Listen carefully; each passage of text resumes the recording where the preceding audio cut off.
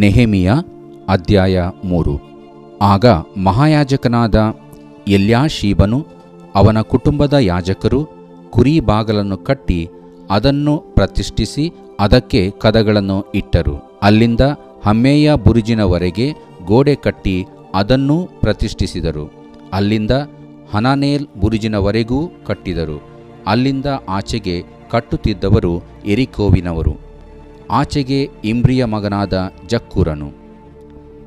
ಮೀನುಬಾಗಲನ್ನು ಕಟ್ಟಿದವರು ಹಸೇನಾಹನ ಮನೆಯವರು. ಇವರು ಅದರ ಮೇಲೆ ತೊಲೆಗಳನ್ನಿಟ್ಟು ಅದಕ್ಕೆ ಕದ, ತಿರುಗಣಿ, ಅಗಲುಗಳನ್ನು ಹಚ್ಚಿದರು. ಅಲ್ಲಿಂದ ಮುಂದಕ್ಕೆ ಗೋಡೆಯನ್ನು ಜೀರ್ಣೋದ್ಧಾರ ಮಾಡಿಸಿದವನು ಉರಿಯನ ಮಗನೂ ಹಕ್ಕೋಚನ ಮೊಮ್ಮಗನೂ ಆಗಿರುವ ಮೆರೇಮೋತ್. ಆಮೇಲೆ ಬೆರೇಕ್ಯನ ಮಗನೂ ಮೆಷೇಜಾಬೇಲನ ಮೊಮ್ಮಗನೂ ಆಗಿರುವ ಮೆಷುಲ್ಲಾಮ್. ಆಚೆಗೆ ಬಾನನ ಮಗನಾದ ಚಾದೋಕ್. ಮುಂದಕ್ಕೆ ತೇಕೋವದವರು. ತೇಕೋವದ ಶ್ರೀಮಂತರಾದರೂ ತಮ್ಮ ಒಡೆಯರ ಸೇವೆಗಾಗಿ ಹೆಗಲನ್ನು ಕೊಡಲಿಲ್ಲ. ಹಳೆಯದು ಎಂಬ ಬಾಗಲನ್ನು ಜೀರ್ಣೋದ್ಧಾರ ಮಾಡಿದವರು ಪಾಸೇಹನ ಮಗನಾದ ಯೋಯಾದನು, ಬೇಸೋದ್ಯನ ಮಗನಾದ ಮೆಷುಲ್ಲಾಮನು. ಇವರು ಅದರ ಮೇಲೆ ತೊಲೆಗಳನ್ನಿಟ್ಟು ಅದಕ್ಕೆ ಕದ, ತಿರುಗಣಿ, ಅಗುಳಿಗಳನ್ನು ಹಚ್ಚಿದರು. ಅಲ್ಲಿಂದ ಹೊಳೆಯಾಚೆಯ ದೇಶಾಧಿಪತಿಯ ನ್ಯಾಯಸ್ಥಾನದವರೆಗೆ ಗಿಬ್ಯೋನಿನವನಾದ ಮೆಲೆಟ್ಯ, ಮೆರೋನೋತಿನವನಾದ ಯಾದೋನ್, ಇವರು ಗಿಬ್ಯೋನ್ ಮತ್ತು ಮಿಚ್ಪಾ ಊರುಗಳವರು ಜೀರ್ಣೋದ್ಧಾರ ಮಾಡಿದರು.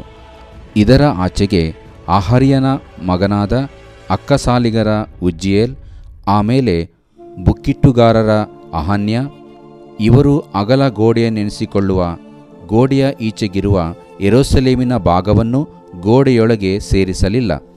ಇದರ ಆಚೆಗೆ ಯೆರೂಸಲೇಮಿನ ಹರೆನಾಡೊಡೆಯನೂ ಹೋರನ ಮಗನೂ ಆದ ರೇಫಾಯ. ಇವನ ಮುಂದಕ್ಕೆ ಹರೂಮಾಪನ ಮಗನಾದ ಯೆದಾಯ. ಇವನು ತನ್ನ ಮನೆಯ ಎದುರಿಗಿರುವ ಗೋಡೆಯನ್ನು ಜೀರ್ಣೋದ್ಧಾರ ಮಾಡಿದನು.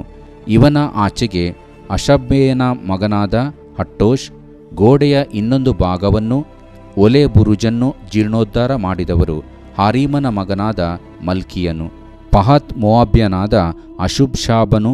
ಇವನ ಸಮೀಪದಲ್ಲಿ ಗೋಡೆಯನ್ನು ಜೀರ್ಣೋದ್ಧಾರ ಮಾಡಿದವರು ಯೆರೂಸಲೇಮಿನ ಅರೆನಾಡೊಡೆಯನು ಹಲ್ಲೋಹೇಷನ ಮಗನೂ ಆದ ಶಲ್ಲೂಮನು, ಅವನ ಕುಮಾರಿಯರು. ತಗ್ಗಿನ ಬಾಗಲನ್ನು ಜೀರ್ಣೋದ್ಧಾರ ಮಾಡಿದವರು ಹಾನೂನನು, ಜಾನೋಹ ಊರಿನವರು. ಇವರು ಅದರ ಗೋಡೆಯನ್ನು ಕಟ್ಟಿ ಅದಕ್ಕೆ ಕದ, ತಿರುಗಣಿ, ಅಗುಳಿಗಳನ್ನು ಹಚ್ಚಿ ಅಲ್ಲಿಂದ ತಿಪ್ಪೆ ಬಾಗಿಲಿನವರೆಗೂ 1000 ಮೊಳದ ಗೋಡೆಯನ್ನು ಕಟ್ಟಿದರು. ತಿಪ್ಪೆ ಬಾಗಲನ್ನು ಜೀರ್ಣೋದ್ಧಾರ ಮಾಡಿದವನು ಬೆತ್ ಹಕ್ಕೇರೆಮಿನ ನಾಡೊಡೆಯನು, ರೇಖಾಬನ ಮಗನೂ ಆದ ಮಲ್ಕಿಯನು. ಇವನು ಅದರ ಗೋಡೆಯನ್ನು ಕಟ್ಟಿ ಅದಕ್ಕೆ ಕದ, ತಿರುಗಣಿ, ಅಗುಳಿಗಳನ್ನು ಹಚ್ಚಿದನು. ಬುಗ್ಗೆ ಬಾಗಲನ್ನು ಜೀರ್ಣೋದ್ಧಾರ ಮಾಡಿದವನು ಮಿಚ್ಪದ ನಾಡೊಡೆಯನು, ಕಲೋಹಾಜೇಯನ ಮಗನೂ ಆದ ಶಲ್ಲೂನ್. ಇವನು ಅದರ ಗೋಡೆಯನ್ನು ಕಟ್ಟಿ ಅದಕ್ಕೆ ಮಾಳಿಗೆಯನ್ನು ಹಾಕಿ ಕದ, ತಿರುಗಣಿ, ಅಗುಳಿಗಳನ್ನು ಹಚ್ಚಿ ದಾವೀದನಗರದಿಂದಿಳಿದು ಬರುವ ಸೋಪಾನಗಳ ಈಚೆ ಅರಸನ ತೋಟದ ಬಳಿಯಲ್ಲಿರುವ ಸಿಲೋವಾ ಕೊಳದ ಗೋಡೆಯನ್ನು ಕಟ್ಟಿದನು. ಇವನ ಆಚೆ, ಅಂದರೆ ದಾವೀದನ ಸಮಾಧಿಯ ಎದುರಿನಲ್ಲಿರುವ ಕೊಳ, ಸಿಪಾಯರ ಠಾಣ, ಇವುಗಳವರೆಗೂ ಜೀರ್ಣೋದ್ಧಾರ ಮಾಡಿದವನು ಬೆತುಚ್ಚೂರಿನ ಅರೆನಾಡೊಡೆಯನು, ಅಜುಬೂಕನ ಮಗನೂ ಆದ ನೆಹೆಮೀಯನು. ಇವನ ಆಚೆ ಜೀರ್ಣೋದ್ಧಾರ ಮಾಡಿದವರು ಲೇವಿಯರು. ಅವರಲ್ಲಿ ಮೊದಲು ಬಾನಿಯ ಮಗನಾದ ರೇಹೂಮ್.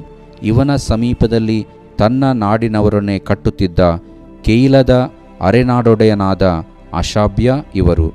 ಇವರ ಆಚೆ ಇವರ ಬಂಧುಗಳಲ್ಲಿ ಕೆಯಿಲದ 2ನೆಯ ಅರೆನಾಡೊಡೆಯನು ಹೇನಾದಾದನ ಮಗನೂ ಆದ ಬವ್ವೈ.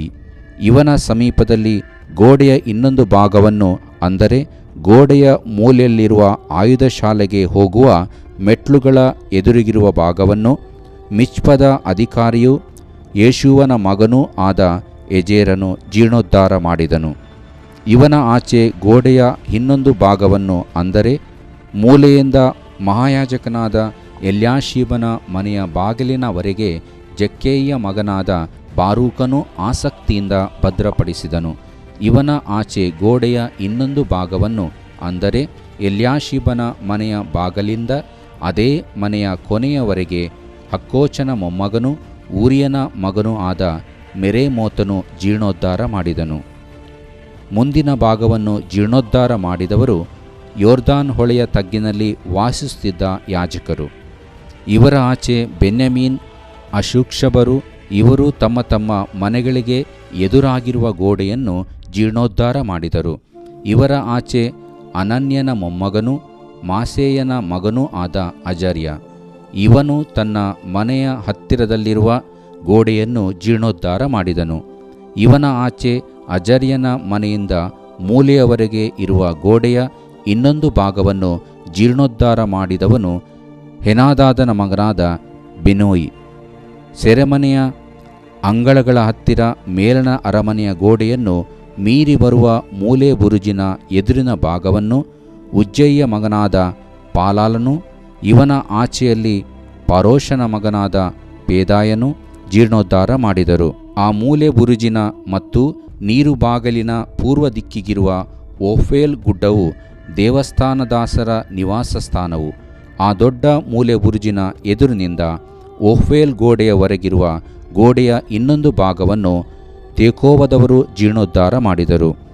ಯಾಜಕರು ಕುದುರೆ ಬಾಗಲಿನ ಆಚೆ ದಿನ್ನೆಯ ಮೇಲಿರುವ ಗೋಡೆಯಲ್ಲಿ ತಮ್ಮ ತಮ್ಮ ಮನೆಗಳ ಎದುರಿನ ಭಾಗಗಳನ್ನು ಜೀರ್ಣೋದ್ಧಾರ ಮಾಡಿದರು.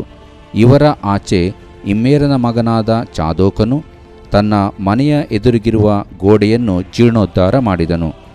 ಇವನ ಆಚೆ ಪೂರ್ವ ದಿಕ್ಕಿನ ದ್ವಾರಪಾಲಕನಾದ ಶೇಕಾನ್ಯನ ಮಗ ಶೇಮಾಯನು. ಇವನ ಆಚೆ ಶೆಲೆಮ್ಯನ ಮಗನಾದ ಹನನ್ಯ. ಗೋಡೆಯ ಇನ್ನೊಂದು ಭಾಗವನ್ನು ಜೀರ್ಣೋದ್ಧಾರ ಮಾಡಿದವನು ಚಾಲಾಫನ 6ನೆಯ ಮಗನಾದ ಹಾನೂನ್. ಇವನ ಆಚೆ ಅಂದರೆ ತನ್ನ ಸ್ವಂತ ಕೊಠಡಿಯ ಮುಂದೆ ಬೆರೆಕ್ಯನ ಮಗನಾದ ಯೆಶುಲ್ಲಾಮ್. ಇನ್ನೂ ಮುಂದಕ್ಕೆ ಅಕ್ಕಸಾಲಿಗರ ಮಲ್ಕಿಯ. ಇವನು ದಂಡು ಕೂಡುವ ಬಾಗಿಲಿನೆದುರಿನಲ್ಲಿರುವ ದೇವಸ್ಥಾನದಾಸರ ಮತ್ತು ವರ್ತಕರ ಕೇರಿಯವರೆಗೂ ಮೂಲೆಯುಪ್ಪರಿಗೆವರೆಗೂ ಜೀರ್ಣೋದ್ಧಾರ ಮಾಡಿದನು. ಈ ಮೂಲೆಯುಪ್ಪರಿಗೆಗೂ ಕುರಿ ಬಾಗಿಲಿಗೂ ಮಧ್ಯದಲ್ಲಿದ್ದ ಗೋಡೆಯನ್ನು ಜೀರ್ಣೋದ್ಧಾರ ಮಾಡಿದವರು ಅಕ್ಕಸಾಲಿಗರು, ವರ್ತಕರು ಇವರೇ. ದೇವರು ಪ್ರೀತಿಸುವ ಪ್ರೀತಿಯ ಬಿಗ್ ಜೆ ಟಿವಿ ಪ್ರಿಯ ವೀಕ್ಷಕರಿಗೆ ನಮ್ಮ ಕರ್ತನಾದ ಯೇಸು ಕ್ರಿಸ್ತನ ಹೆಸರಿನಲ್ಲಿ ನಿಮ್ಮನ್ನು ವಂದಿಸಿ ಈಗ ನಿಮಗೆ ಸ್ವಾಗತ ಬಯಸ್ತಿದ್ದೇವೆ. ಬನ್ನಿರಿ, ಒಟ್ಟಾಗಿ ದೇವರ ವಾಕ್ಯವನ್ನು ನಾವು ಅಧ್ಯಯನ ಮಾಡಿಕೊಳ್ಳೋಣ. ಇಂದಿನ ನಮ್ಮ ಅಧ್ಯಯನ ನೆಹೆಮೀಯನ ಗ್ರಂಥ 3ನೇ ಅಧ್ಯಾಯ, ದ ಬುಕ್ ಆಫ್ ನೆಹಮಾಯ ಚಾಪ್ಟರ್ 3. ನೆಹಮೀಯ ಅಂತ ಹೇಳಿದರೆ ಯೆಹೋವನಿಂದ ಆದರಣೆ ಹೊಂದಿದವನು. ನೆಹಮೀಯ ಎಂಬುದಾಗಿ ಹೇಳಿದರೆ ಕಂಫರ್ಟೆಡ್ ಆಫ್ ಜೆಹೋವ, ಯೆಹೋವನಿಂದ ಸಂತೈಸಲ್ಪಟ್ಟವನಂತ. ಆ ರೀತಿಯಾಗಿ ಹೇಳಿದ ತಕ್ಷಣ ನನಗೊಂದು ವಾಕ್ಯ ನೆನಪಿಗೆ ಬರ್ತಾ ಇದೆ. ಹೊಸ ಒಡಂಬಡಿಕೆಯಲ್ಲಿ 2ನೇ ಕೊರಿಂಥದವರಿಗೆ ಬರೆದ ಪತ್ರಿಕೆಯಲ್ಲಿ ಇರುವಂಥ ಒಂದು ವಾಕ್ಯ. ಅದು 1ನೇ ಅಧ್ಯಾಯದಲ್ಲಿರುವಂಥದ್ದು. 2ನೇ ಕೊರಿಂಥ 1ನೇ ಅಧ್ಯಾಯದಲ್ಲಿ ಇರುವಂಥ ಒಂದು ವಾಕ್ಯ. ಅದೇನಂತ ಹೇಳಿದರೆ 4ನೇ ವಚನ ನಿಮಗೋಸ್ಕರವಾಗಿ ಓದ್ತೇನೆ.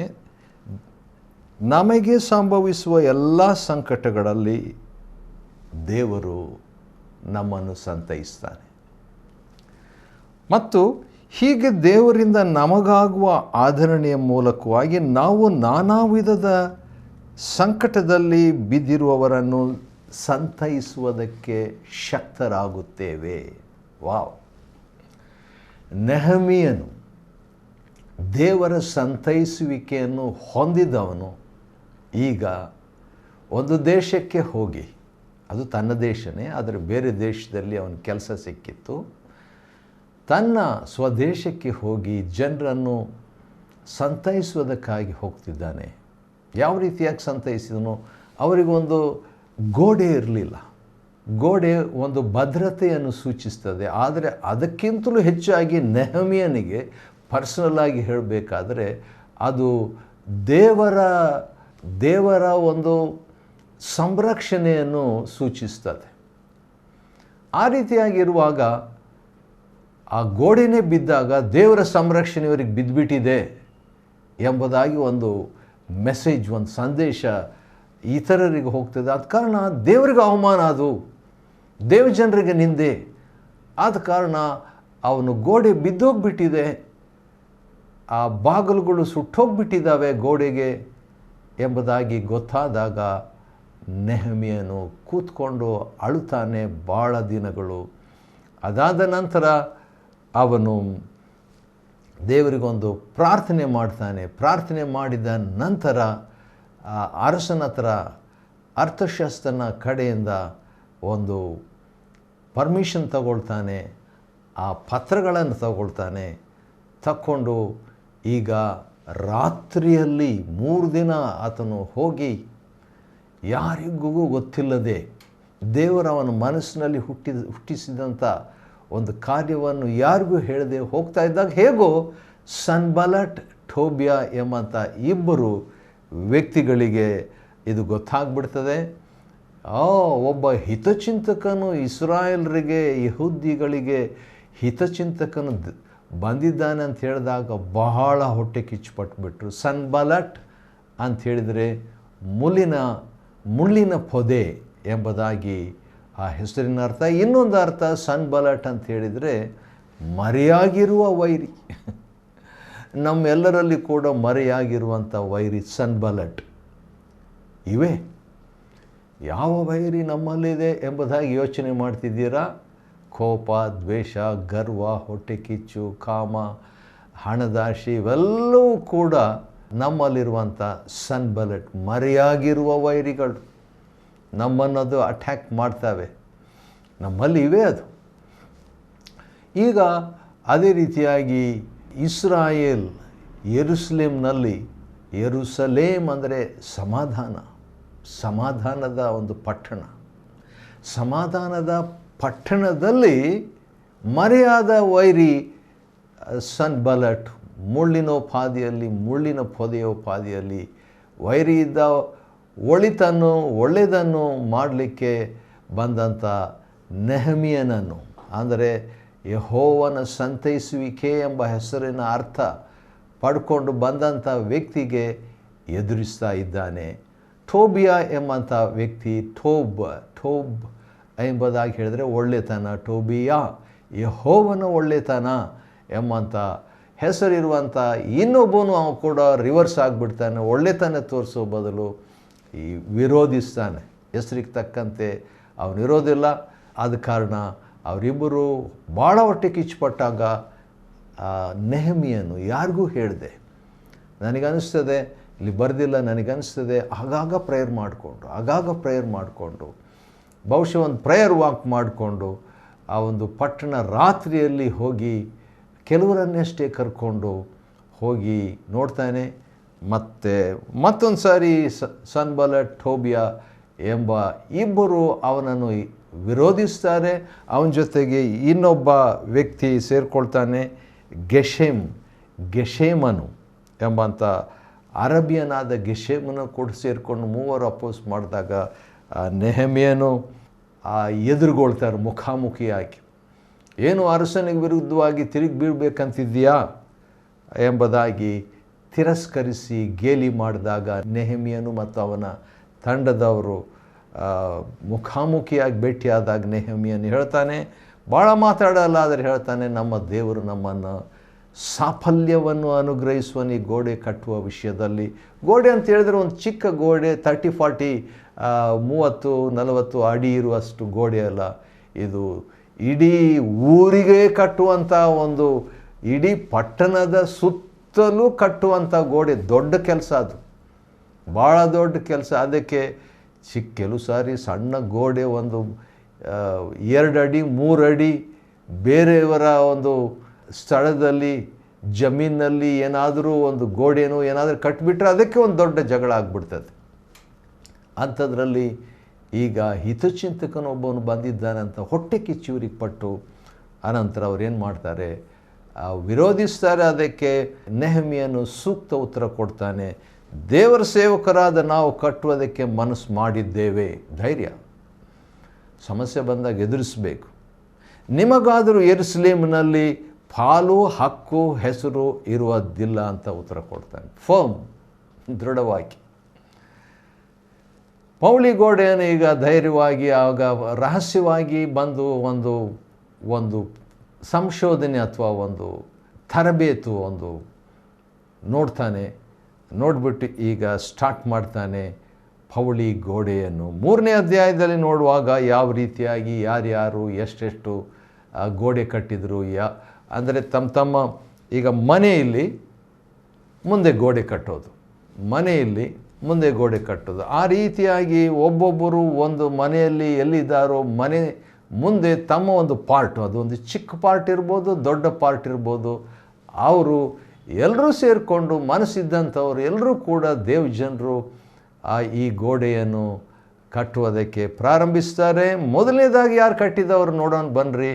ನೆಹೆಮೀಯನ ಗ್ರಂಥ ಮೊದಲನೇದು ಅಂತ ಹೇಳಿದ್ರೆ ಮೊದಲನೇದಾಗಿ ಹೆಸರು ಬಂದಿದೆ ಯಾರು ಕಟ್ಟಿದ್ರು ಅಂತ ಹೇಳ್ಬಿಟ್ಟು 1ನೇ ವಚನ ನೆಹಮಾಯ ಚಾಪ್ಟರ್ 3 ವರ್ಸ್ 1. ಆಗ ಮಹಾಯಾಜಕನಾದ ಎಲ್ಯಾಷೀಬ್ ಅಂತ ಹೇಳಿದರೆ ದೇವರು ಪುನಃಸ್ಥಾಪಿಸುವನು. Wow, God will restore. ದೇವರು ಪುನಃಸ್ಥಾಪಿಸುವನು ಎಂಬ ಹೆಸರನ್ನು ಹೊಂದಿದ ಮಹಾಯಾಜಕನು, ಅವನ ಕುಟುಂಬದ ಯಾಜಕರು ಕುರಿ ಬಾಗಿಲನ್ನು ಕಟ್ಟಿ, ನೋಡ್ರಿ, ಇಡೀ ದೊಡ್ಡ ಊರು ಸುತ್ತಲೂ, ಪಟ್ಟಣದ ಸುತ್ತಲೂ ಗೋಡೆ ಕಟ್ಟಬೇಕು. ಆ ರೀತಿಯಾಗಿ ಗೋಡೆ ಕಟ್ಟುವಾಗ ಆ ಗೋಡೆಗೆ ಅನೇಕ ಬಾಗಿಲುಗಳು ಇರ್ತದೆ, ದೊಡ್ಡ ಗೋಡೆ. ಆ ಬಾಗಿಲು ಒಂದೊಂದು ಬಾಗಿಲಿಗೂ ದೊಡ್ಡ ಬಾಗಿಲು, ಆ ದೊಡ್ಡ ಬಾಗಿಲಿಗೆ ಒಂದೊಂದು ಹೆಸರಿರ್ತದೆ. ಇಲ್ಲಿರುವಂಥ ಒಂದು ಮಹಾಯಾಜಕನ ಮನೆ ಮುಂದೆ ಅಥವಾ ಇರುವಂಥ ಸ್ಥಳದ ಮುಂದೆ ಕಟ್ಟುವಂಥ ಗೋಡೆ, ಆ ಗೋಡೆಯಲ್ಲಿ ಬಾಗಿಲು ಕುರಿ ಬಾಗಿಲು ಅಂತ ಮೊದಲಿತ್ತು. ಬಾಗಿಲು ಇವೆಲ್ಲ ಎಷ್ಟೋ ಬಾಗಿಲುಗಳಿದ್ವು, ಆ ಬಾಗಿಲೆಲ್ಲ ಸುಟ್ಟು ಹೋಯಿತು, ಗೋಡೆ ಕೆಡವಲ್ಪಟ್ಟಿತ್ತು. ಆದ ಕಾರಣ ಅದು ಒಂದು ರೀತಿಯ ನಿಂದೆ, ಒಂದು ರೀತಿಯಲ್ಲ, ಅದು ನಿಂದೆನೇ. ನೆಹೆಮೀಯನ ಪ್ರಕಾರವಾಗಿ 2ನೇ ಅಧ್ಯಾಯ ಮತ್ತು 17ನೇ ವಚನ ಪ್ರಕಾರವಾಗಿ ನಿಂದೆ ಹೋಗಬೇಕು. ಗೋಡೆ ಬರೀ ಗೋಡೆಗೆ ಸಂಬಂಧಪಟ್ಟದಲ್ಲ, ಇದು ದೇವರಿಗೆ, ದೇವ್ರ ನಾಮಕ್ಕೆ, ದೇವ್ರ ಜನರಿಗೆ, ದೇವರ ಹೆಸರಿಗೆ, ದೇವರ ಸಂಬಂಧಕ್ಕೆ ಸಂಬಂಧಿಸಿದ್ದು ಎಂಬುದಾಗಿ ನೆಹೆಮೀಯನು ಈಗ ಒಂದು ಪರ್ಸ್ನಲ್ ಆಗಿ ವೈಯಕ್ತಿಕವಾಗಿ ಕಟ್ಟುವುದಕ್ಕೆ ಪ್ರಾರಂಭ ಮಾಡಿದಾಗ ಮಹಾಯಾಜಕನಾದ ಎಲ್ಯಾಷೀಬನ ಒಂದು ಭಾಗವನ್ನು ಗೋಡೆ ಕಟ್ಟೋದಲ್ಲಿ ನೋಡ್ತೇವೆ. ಈ ಕುರಿ ಬಾಗಿಲು ಎಂಬುದಾಗಿ ಹೇಳಿದ ಕೂಡಲೇ ನಿಮಗೊಂದು ನೆನಪಿಗೆ ಬರ್ತಿರ್ಬೋದಲ್ವಾ? ಯಾಕಂತ ಹೇಳಿದ್ರೆ, ಸರಿ, ಕುರಿ ಬಾಗಿಲು ಅಂತ ಹೇಳಿದ ತಕ್ಷಣ ಯೋಹಾನನು ಬರೆದ ಸುವಾರ್ತೆ 5ನೇ ಅಧ್ಯಾಯದ 2ನೇ ವಚನದ ರೀತಿಯಾಗಿದೆ. ಯೆರೂಸಲೇಮಿನಲ್ಲಿ ಕುರಿ ಅಗಸೆ ಬಾಗಿಲಿನ ಹತ್ತಿರದಲ್ಲಿ ಒಂದು ಕೊಳವಿದೆ.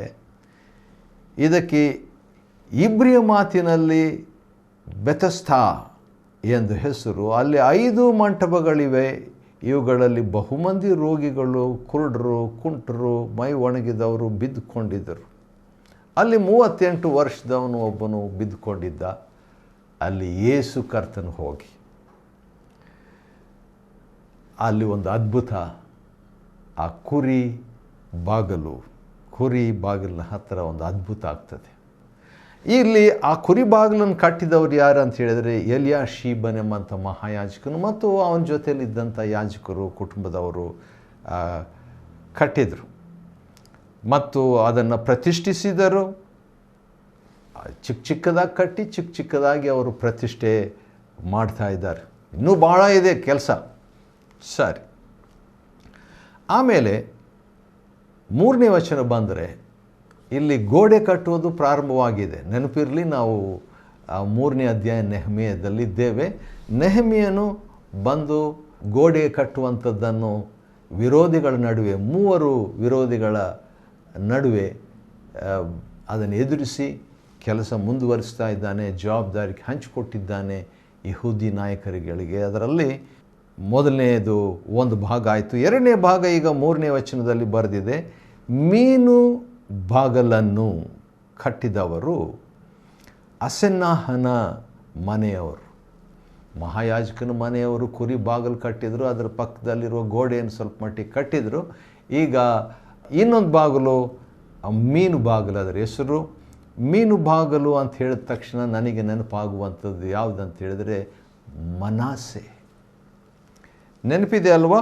2ನೇ ಪೂರ್ವಕಾಲ ವೃತ್ತಾಂತ 33ನೇ ಅಧ್ಯಾಯದಲ್ಲಿ ನಡೆದಂಥ ಒಂದು ಘಟನೆ ಏನಂತ ಹೇಳಿದರೆ, ಬಹಳ ಯಹೂದದ ಬಹಳ ದುಷ್ಟನಾದಂಥ ಒಬ್ಬ ಅರಸನು ಯಹೂದಿಗಳನ್ನು, ದೇವಜನರನ್ನು ಅನ್ಯ ಜನರಿಗಿಂತಲೂ ಕೀಳಾದ ರೀತಿಯಲ್ಲಿ ನಡೆಸಿಬಿಟ್ಟು ದೇವರ ವಿರುದ್ಧವಾಗಿ, ದೇವರ ವಾಕ್ಯಕ್ಕೆ ವಿರುದ್ಧವಾಗಿ ನಡ್ಕೊಂಡಂಥ ಒಬ್ಬ ವ್ಯಕ್ತಿ, ಒಬ್ಬ ಅರಸನು.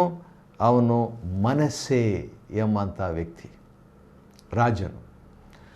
ಆದರೆ ದೇವರು ಅವನಿಗೆ ಒಂದು ಶಿಕ್ಷೆ ಕೊಟ್ಟು ಅಶ್ಶೂರದ ಅರಸನ ಮುಖಾಂತರವಾಗಿ ಅವನಿಗೆ ಒಂದು ಪೆಟ್ಟು ಬಿದ್ದಾಗ, ಸೆರೆ ಹಿಡಿಯಲ್ಪಟ್ಟಾಗ, ಮನಸ್ಸೆಯು ತನ್ನ ದೇವರಾದ ಯೆಹೋವನ ಪ್ರಸನ್ನತೆಯನ್ನು ಆ ಕಷ್ಟದಲ್ಲಿ ಬೇಡಿಕೊಳ್ತಾನೆ.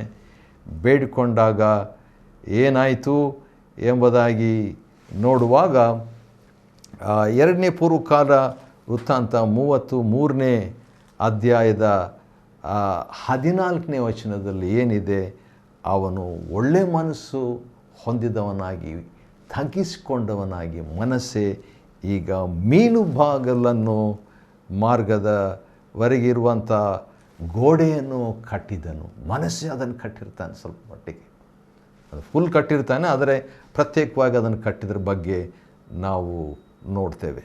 ಆದರೆ ಕೆಲವು ಶ್ರೀಮಂತರು ಆ ಕಟ್ಟೋದಕ್ಕೆ ಸಹಾಯ ಮಾಡಲಿಲ್ಲ ಅಂತ 5ನೇ ವಚನದಲ್ಲಿ. ಇನ್ನೊಂದು ಬಾಗಿಲು 6ನೇ ವಚನದಲ್ಲಿ ಹಳೆಯದು ಎಂಬ ಬಾಗಿಲು ಒಂದಿದೆ. ಅಲ್ಲಿ ಆ ಬಾಗಿಲನ್ನು ಕಟ್ಟಿದಂಥ ವ್ಯಕ್ತಿ ಯಾರಂಥೇಳಿ ನೋಡುವಾಗ ಯೋಯಾದನು ಅಂತ ಹೇಳ್ಬಿಟ್ಟು. ಯಾದ್ ಅಂತ ಹೇಳಿದರೆ ತಿಳ್ಕೊಳ್ಳುವುದು, ಯೋ ಅಂತ ಹೇಳಿದರೆ ಯೆಹೋವನಿಂದ ತಿಳ್ಕೊಳ್ಳಲ್ಪಟ್ಟಂಥವನು, ನೋನ್ ಬೈ ಜೆಹೋವ ಎಂಬ ವ್ಯಕ್ತಿ. ಅಲ್ಲಿ ಭಾಳ ಇಂಟ್ರೆಸ್ಟಿಂಗ್ ಆಗಿ ನನಗೆ ಇಷ್ಟವಾದಂಥ ಒಂದು ಗುಂಪಿನವರು ಕೂಡ ಈ ಒಂದು ಹಳೆ ಬಾಗಿಲನ್ನು ಕಟ್ತಾರೆ. ಅದು ಯಾರಂದರೆ ಗಿಬ್ಯೋನ್ರು. 7ನೇ ವಚನದಲ್ಲಿ ಅವ್ರ ಬಗ್ಗೆ ಇರುವಂಥದ್ದನ್ನು ನೋಡ್ತೇವೆ. ಆಮೇಲೆ ಈ ಬಾಗಿಲು ತಗ್ಗಿನ ಬಾಗಿಲು ಅಂತ ಹೇಳ್ಬಿಟ್ಟು ಇನ್ನೊಂದು ಬಾಗಿಲು 13ನೇ ವಚನದಲ್ಲಿ. ಆ ತಗ್ಗಿನ ಬಾಗಿಲು ಉಜ್ಜಿಯನು, ಅರಸನಾದಂಥ ಉಜ್ಜಿಯನು ಅದನ್ನು ಕಟ್ಟಿದ ಒಂದು ಹಿಸ್ಟ್ರಿ ಇದೆ. ಅದನ್ನು 2ನೇ ಪೂರ್ವಕಾಲ ವೃತ್ತಾಂತ 26ರಲ್ಲಿ ನೋಡಬಹುದು. ಈ ತಗ್ಗಿನ ಬಾಗಿಲು ಮತ್ತು ಅದರ ಪಕ್ಕದಲ್ಲಿರುವ ಗೋಡೆಯನ್ನು ಕಟ್ಟಿದಂಥವ್ರು ಯಾರು ಅಂತ ಹೇಳಿದರೆ ಹಾನೂನನು ಅಂತ ಹೇಳ್ಬಿಟ್ಟು. ಹಾನೂನನು ಅಂದರೆ ದೇವರ ಮೆಚ್ಚುಗೆ ಪಡೆದವನು ಅಂತ ಹೇಳ್ಬಿಟ್ಟು. 14ನೇ ವಚನದಲ್ಲಿ ತಿಪ್ಪೆ ಬಾಗಿಲು. ತಿಪ್ಪೆ ಬಾಗಿಲನ್ನು ಯಾರು ಕಟ್ಟಿದರು ಎಂಬುದಾಗಿ ನೋಡುವಾಗ ಮಲ್ಕಿಯನ್ನು ಕಟ್ಟಿದನು ಅಂತ ಹೇಳ್ಬಿಟ್ಟು ನೋಡ್ತೀವಿ. ಮಲ್ಕಿ ಅಂದರೆ ದೇವರು, ಯೆಹೋವನ ಅರಸನು ಎಂಬುದಾಗಿ. 15ನೇ ವಚನದಲ್ಲಿ ಬುಗ್ಗೆ ಬಾಗಿಲು. ಬುಗ್ಗೆ ಬಾಗಿಲು ಹೆಸರು ಚೆನ್ನಾಗಿದೆ ಅಲ್ವಾ? ಒಂದೊಂದು ಬಾಗಿಲು ಇವೆಲ್ಲ ಸುಡಲ್ಪಟ್ಟಿದ್ವು. ಆದ ಕಾರಣ ನೆಹಮ್ಯನ ಗವರ್ನರ್ ಆಗಿರುವಂಥ, ರಾಜ್ಯಪಾಲನಾದಂಥ ನೆಹಮ್ಯನ ಅಧೀನತ್ವದಲ್ಲಿ ಈಗ ಕಟ್ತಾ ಇದ್ದಾರೆ. ಒಂದೊಂದು ಕುಟುಂಬದವರು, ಒಂದೊಂದು ಪಂಗಡದವರು ಕಟ್ತಾ ಇದ್ದಾರೆ. ಅವ್ರ ಹೆಸರು ಕೂಡ ಬರೆಯಲಾಗಿದೆ. ಆ ರೀತಿಯಾಗಿ ಕಟ್ಟಿದಾಗ ಶಲೂನ್ ಎಂಬಂಥ ಒಬ್ಬ ವ್ಯಕ್ತಿ ನಾಯಕತ್ವ ವಹಿಸ್ಕೊಂಡು ಆ ಬುಗ್ಗೆ ಬಾಗಿಲನ್ನು ಕಟ್ತಾನೆ. ಶಲೂನ್ ಅಂತ ಹೇಳಿದರೆ ಪ್ರತಿಫಲ. 14 ಜನರು ಬೈಬಲ್ನಲ್ಲಿ ಆ ಹೆಸರು ಇರುವಂಥವರಿದ್ದಾರೆ. ಈ ಶಲೂನ್ ಎಂಬಂಥ ಈ ಒಂದು ಸ್ಥಳದ ಹತ್ತಿರನೇ ದಾವಿದನ ಸಮಾಧಿ ಇತ್ತು. ಅಲ್ಲಿ ಅದನ್ನು ಕಟ್ತಾಯಿದ್ರು. ಲೇವಿಯರು ಕೂಡ ಕಟ್ತಾ ಇದ್ದಾರೆ. ಒಬ್ಬೊಬ್ಬರು ಲೇವಿಯರು ಕಟ್ತಾ ಇದ್ದಂಥ ಸ್ಥಳದಲ್ಲಿ ಆಯುಧ ಶಾಲೆಗೆ ಹೋಗುವಂಥ ದಾರಿ ಇತ್ತಂತೆ. ಅಲ್ಲಿ ಕೂಡ ಅವರು ಕಟ್ತಾಯಿದ್ರು. ಹೇಗೆ ಕಟ್ಟಿದ್ರು ಅಂತ ಹೇಳ್ಬಿಟ್ಟು 20ನೇ ವಚನದಲ್ಲಿ ನೋಡುವಾಗ ಆಸಕ್ತಿಯಿಂದ ಕಟ್ಟಿದರು. ಕೆಲವರು ಸುಮ್ಮನೆ ಏನೋ ಕಟ್ಟಬೇಕಂತಲ್ಲ, ಆಸಕ್ತಿಯಿಂದ ಕಟ್ಟಿದರು. ಮತ್ತು ಕುದುರೆ ಬಾಗಿಲು ಅಂತ ಹೇಳ್ಬಿಟ್ಟು 28ನೇ ವಚನದಲ್ಲಿ ಅದನ್ನು ಯಾಜಕರು ಕಟ್ಟಿದರು. ಕುರಿ ಬಾಗಿಲಿಗೂ ಮಧ್ಯದಲ್ಲಿದ್ದಂಥ ಕಡೆ ಈ ರೀತಿಯಾಗಿ ಒಬ್ಬೊಬ್ಬರು ತಮ್ಮ ಪಾರ್ಟನ್ನು ಸೇರಿಕೊಂಡು ದೇವರ ಗೋಡೆ ಅಂತ ಹೇಳ್ಬೋದು, ಅದನ್ನು ಯಹೂದಿಗಳು ನೆಹೆಮೀಯನ ನಾಯಕತ್ವದಲ್ಲಿ ಇದ್ದು ಆಸಕ್ತಿಯಿಂದ, ಕೆಲವು ಸರಿ ಲೇಡೀಸ್ ಕೂಡ 12ನೇ ವಚನದಲ್ಲಿ ಬರೇ ಪುತ್ರರಲ್ಲ ಪುತ್ರಿಯರು ಕೂಡ ಸೇರಿಕೊಂಡು ಅದನ್ನು ಕಟ್ಟಿದರು ಎಂಬುದಾಗಿ ನಾವು ನೋಡ್ತೇವೆ ರೀ. ಇದು ಆಶ್ಚರ್ಯ. ಒಬ್ಬ ವ್ಯಕ್ತಿ ಬೇರೆ ಎಲ್ಲೋ ಒಂದು ದೇಶದಲ್ಲಿ ಇದ್ದುಕೊಂಡು ಅವನು ಒಂದು ಭಾರ ಹೊತ್ಕೊಂಡು, ದೇವರು ಹೋಗಿ ಕಟ್ಟು ಅಂತ ಹೇಳಲಿಲ್ಲ, ಆದರೆ ಭಾರ ಹೊತ್ಕೊಂಡು ಶೂಷನ್ ದೇಶದಿಂದ ಬಂದು ನೆಹೆಮೀಯನು ಈಗ ದೇವರಿಗಾಗಿ, ಜನರಿಗಾಗಿ ದೇವರ ದೇಶದಲ್ಲಿ ಒಂದು ಗೋಡೆಯನ್ನು ಕಟ್ಟುವುದರ ಬಗ್ಗೆ ನಾವು ನೋಡ್ತೇವೆ. ಮುಂದೆ ಏನಾಯಿತು? ವಿರೋಧಿಗಳು ಸುಮ್ಮನಿದ್ರ ಈ ಕೆಲಸ ಸ್ಟಾರ್ಟ್ ಆದಾಗ ಇಲ್ವಾ ಎಂಬುದಾಗಿ ನಾವು ನೋಡಬೇಕಾಗಿದೆ. ಸರಿ, ಇದುವರೆಗೆ ನಾವು ನೆಹೆಮೀಯನ ಗ್ರಂಥ 3ನೇ ಅಧ್ಯಾಯವನ್ನು ಅಧ್ಯಯನ ಮಾಡಿಕೊಳ್ಳುವಂತೆ ದೇವರು ಕೊಟ್ಟ ಕೃಪೆಗಾಗಿ ದೇವ್ರಿಗೆ ಸ್ತೋತ್ರವಾಗಲಿ. ಹೌದು, ದೇವರು ನಿಮ್ಮನ್ನು ಆಶೀರ್ವದಿಸಲಿ.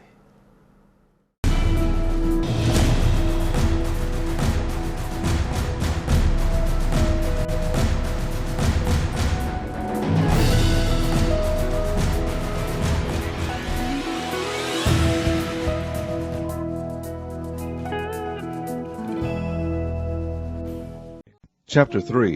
Then Eliashib the high priest rose up with his brethren the priests, and they builded the sheep gate. They sanctified it, and set up the doors of it, even unto the tower of Meah. They sanctified it unto the tower of Hananiel. And next unto him builded the men of Jericho, and next to them builded Zaccur the son of Imri. But the fish gate did the sons of Hasaneah build, who also laid the beams thereof, and set up the doors thereof, the locks thereof, and the bars thereof. And next unto them repaired Maremoth the son of Urijah the son of Koz. And next unto them repaired Meshullam the son of Berechiah the son of Meshizabeel. Next unto them repaired Zadok the son of Baana. And next unto them the Tekoites repaired, but their nobles put not their necks to the work of their lord.